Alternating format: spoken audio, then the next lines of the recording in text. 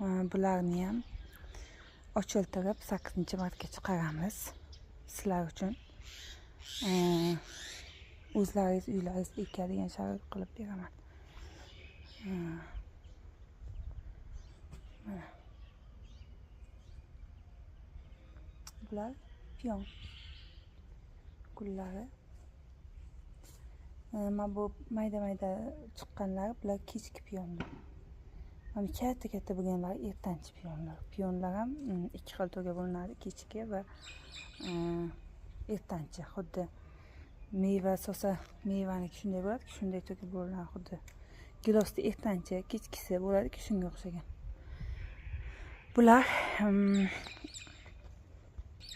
Bular Aziz opadan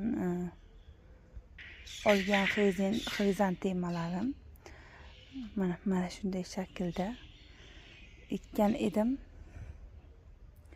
Cho'g'chalarini nima o'sha ko'chatlarim mana holati yaxshi. Mana o'zlarini ko'tarib oldi. Yomg'irlar yog'ib, mana yerlar nima bo'lganini hisobga bo'lsa kerak. Hammasi mana qad ko'targan. Ko'chatlarim holati.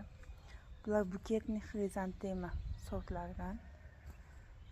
Nasib bo'lsa bularni gullagani birgalikda ko'ramiz. Qanaqa gullashini. Mana shugacha bo'ldi. Bu yerda bir qator ochiq joy qoldi. Bu yerga yana buketni xrizantema keladi. Shuning uchun ochiq turibdi. Bu yerda ham yana bir qator joy qoldi. Ko'chatlarim bo'lgani uchun o'sha ko'chatlar gul urug'lari ko'chatlarimni shu qatorga